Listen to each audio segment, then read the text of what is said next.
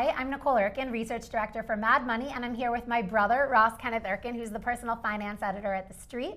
And welcome back to What's wURKEN, where we're highlighting innovators and thinkers really transforming today's world of business. And today we're welcoming Natasha Ellis, who's the Chief Experience Maker at GS Experiences. And I know you said you brought a little something for us, which neither of us know, so we're very curious. So let's start with that. Well, since I'm a company that focuses on delivering experiences, I thought we should start with an experience. So Ross, I'd like to give you something. I'm scared, but intrigued. Nicole, I'd like to give you something. Thank you. So, go ahead. So what I've given Nicole, maybe you show the camera, is I've given her a saying in Russian. This is from a dear friend of mine, and I actually have no idea what this means. Ross speaks Russian. I do. So, this is putting you on the spot. Today is such a beautiful day. Сегодня такой красивый день. Well, wow, there you have it. And what about you, Ross? What's going on So I have here? something a little more delicious. It looks like I have a macaron. We'll taste. It's a Yeah. Japanese macaron. Okay. So you have Gotcha. you have a cherry blossom, which is perfect for spring, Yes. and you have a black sesame. So have you had a Japanese macaron? Never. Never. All right. So what I am curious about is how this ties into the business angle when you're providing experiences for companies. What exactly does that mean? What sort of outlandish hijinks do you get up to? In addition to Russian and Japanese macarons. Well, I wanted to do this for you guys because it perfectly reflects really what we strive for at GS Experiences, and that is basically to make people feel more alive and to bring surprise and to bring the unexpected.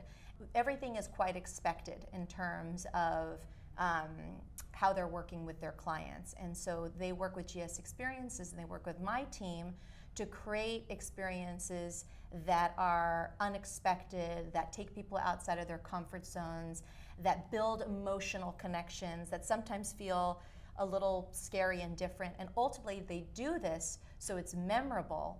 I think it's a really profound concept, and it's been such an experience meeting you and having this new experience. And I think my question is, especially on Mad Money, we've been looking at a lot of companies increasing their advertising spend on social media, particularly mobile-oriented types of outlets. Yeah. So why, as companies are spending more and more on this type of marketing, is GS Experiences all the more important? Why are these in-person types of gatherings that aren't just events so important from a returns perspective for the company? Why is it important for their brand? Yeah.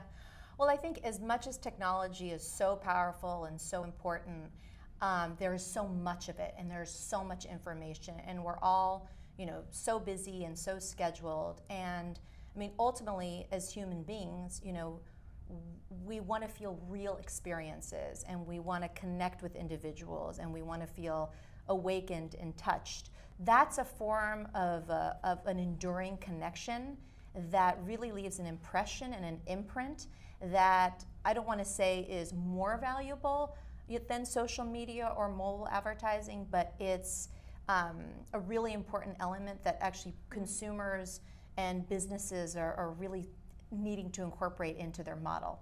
How this is different than event planning or hosting a party is what we do is we really understand a company and their objectives in really their marketing and how they want to relate to their customers or their clients. Jumping on that, I just wanted to finish with one example. Yes. Facebook in particular, we know that storytelling is a big part of their brand and how they've been so successful in trying to really transform their business model. Sure. You recently hosted a storytelling event. Yes. Can you talk about that and that being emblematic of this type of experience that you do for companies? Yeah, so Facebook approached us, and they shared with us obviously the desire to bring digital storytelling into real world storytelling.